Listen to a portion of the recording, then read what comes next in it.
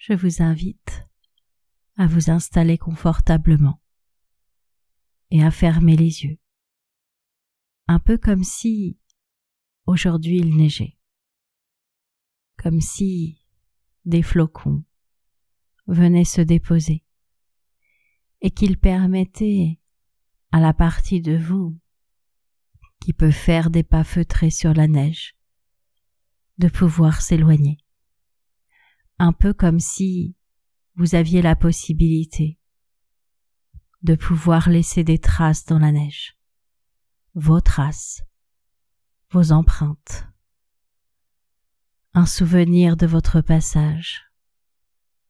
Et je ne sais pas si mes mots pourraient eux aussi laisser des traces dans la neige. Ce que je sais, c'est que votre inconscient pourrait les utiliser pour faire ce qu'il y a de mieux à faire pour vous-même.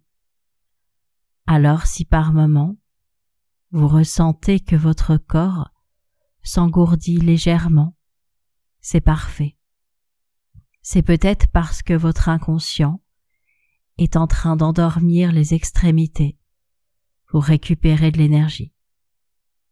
Et parfois, lorsqu'on écoute une histoire qui n'a rien à voir avec notre vie, il est possible que des ponts apparaissent, comme si le personnage principal avait quelque chose à nous dire, un message à nous faire passer.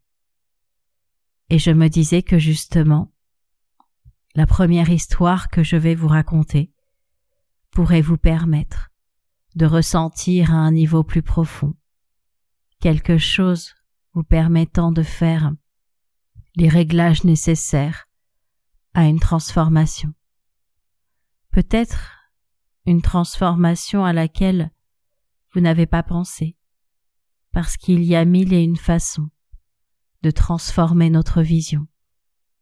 Et justement, j'aimerais vous raconter l'histoire de deux femmes qui attendaient avant de passer sur le podium.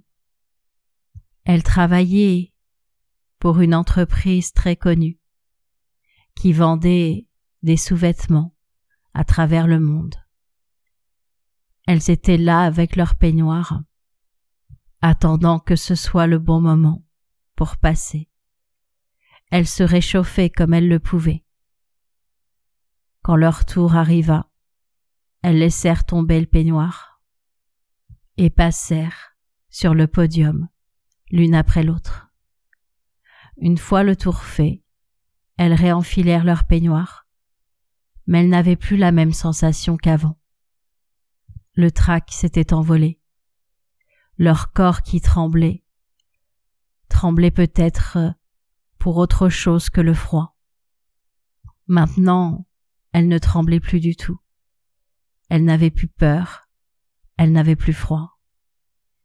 Et je ne sais pas ce qui s'est passé dans les minutes d'après, mais si elles avaient dû remonter sur le podium à nouveau, elles auraient été dans d'autres conditions. La deuxième fois aurait été différente. Le stress était là, présent, uniquement pour la première fois. Et elles l'avaient remarqué de nombreuses fois dans leur carrière. À chaque fois qu'elles avaient eu à faire quelque chose de nouveau, le stress avait été plus grand la première fois que la deuxième fois.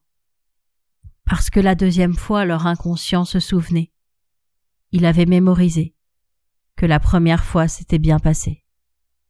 Et je ne sais pas si vous savez que la mémoire est là pour nous protéger dans l'instant présent. Elle nous fait nous souvenir de la manière dont les événements se sont passés les autres fois. Elle a tendance à croire que ce sera pareil à chaque fois. Et si ça s'est bien passé, tant mieux. Si ce n'est pas le cas, elle va avoir peur que ça recommence. C'est la raison pour laquelle nous pouvons remercier notre mémoire pour tout ce qu'elle fait pour nous protéger. Et nous pouvons la rassurer en lui disant que les choses peuvent se passer autrement. Nous pouvons lui dire que nous sommes en train de vivre quelque chose d'inédit. Et je ne sais pas si vous pourriez mettre votre expérience au service de votre vie, en lui disant qu'elle est utile et en même temps que les choses peuvent se passer autrement. Vous pourriez trouver le juste milieu entre les deux, le juste réglage, celui qui vous permettra de vous sentir le mieux possible. Et parfois, c'est quand on sent qu'il y a quelque chose à l'intérieur de soi qui règle la mémoire pour qu'elle ne nous paralyse pas et qu'elle nous permette simplement d'avancer avec prudence. Et justement, en parlant de prudence, j'aimerais vous raconter l'histoire d'une chanteuse. Un journaliste voulait faire tout un article sur elle et avait demandé à la rencontrer chez elle. Elle n'avait pas l'habitude d'ouvrir les portes de sa maison. Elle aimait bien garder une certaine distance, préserver son intimité. Elle avait plutôt l'habitude de rencontrer les journalistes dans des salons d'hôtel. Mais le journaliste avait insisté. Il voulait que les gens sachent qu'elle était un peu comme monsieur et madame tout le monde, que sa maison n'avait rien d'extravagant et qu'elle était accessible. Elle lui avait donc ouvert les portes, mais le journaliste avait été surpris de constater qu'elle était extravagante et qu'elle était inaccessible. Les gens n'allaient pas du tout se retrouver en voyant son intérieur. Il y avait des toiles d'artistes partout, des sculptures bizarres, des couleurs improbables.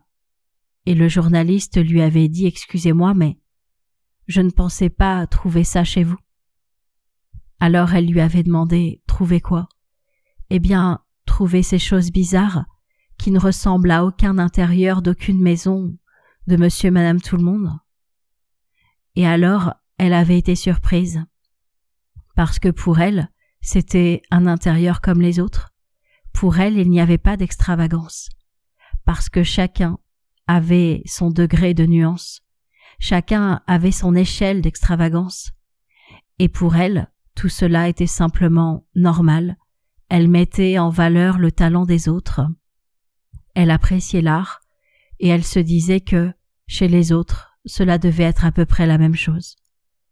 Le journaliste avait donc hésité, puis au bout d'un moment il s'était décidé à montrer la réalité.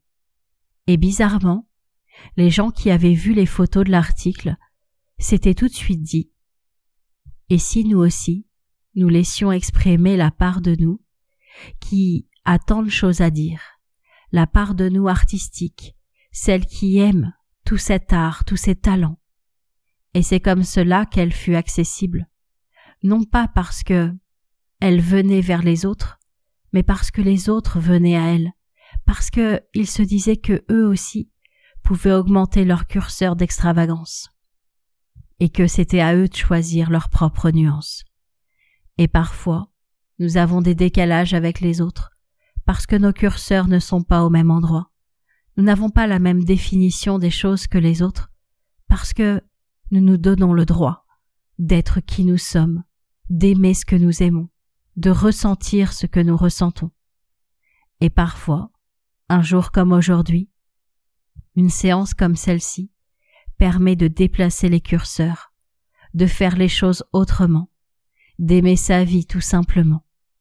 J'aimerais vous raconter une dernière histoire, celle d'une petite fille qui allait chez ses grands-parents une fois par semaine.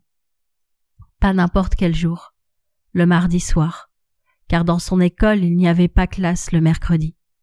Elle dormait chez eux et passait tout le mercredi avec ses grands-parents. C'était un moment qu'elle adorait, parce que cela lui permettait de changer de rythme, de faire les choses autrement.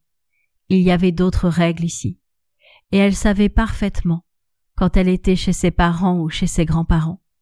Elle savait s'adapter aux règles du foyer. Un jour pourtant, elle alla chez ses grands-parents un autre jour de la semaine, parce que ses parents avaient un anniversaire à fêter ce soir-là.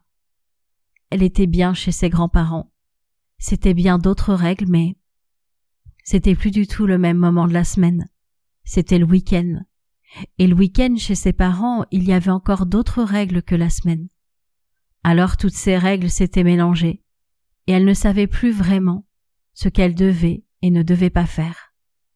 Et je ne sais pas si vous comprenez que cela est une métaphore de toutes ces fois où nous devons nous adapter, où nos règles intérieures se mélangent avec celles de l'extérieur, et où on ne sait plus vraiment comment faire, comment agir, comment réagir.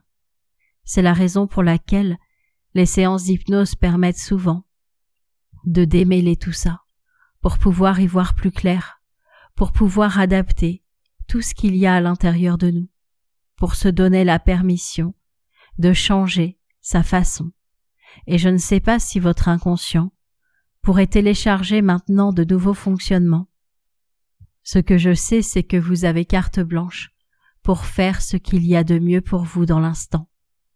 Et je ne sais pas si vous saviez qu'une partie de vous qui écoutez cette séance avait une intention particulière avant de l'écouter, et que peu importe ce que j'aurais raconté, elle avait l'intention de faire des réglages bien particuliers. C'est la raison pour laquelle vous allez pouvoir vous autoriser à agir comme vous le souhaitez, car votre inconscient vous connaît. Imaginez-vous demain, après-demain et dans les jours d'après, voyant que les choses sont en train de se modifier de manière positive dans votre vie. Vous vous donnez de nouvelles permissions, de nouvelles autorisations. Vous avez le droit de ressentir ce que vous ressentez, d'aimer ce que vous aimez, de déplacer les curseurs là où vous en avez envie, de modifier vos définitions, de les agrandir, de changer votre norme. Tout est possible. Votre inconscient a carte blanche pour votre bonheur. D'ici quelques instants, la séance va se terminer et votre inconscient, lui, va continuer à œuvrer. Il va faire tous les réglages nécessaires pour votre bonheur. Je vous souhaite une très belle journée. Je vous souhaite d'accueillir toutes les surprises que la vie va vous offrir.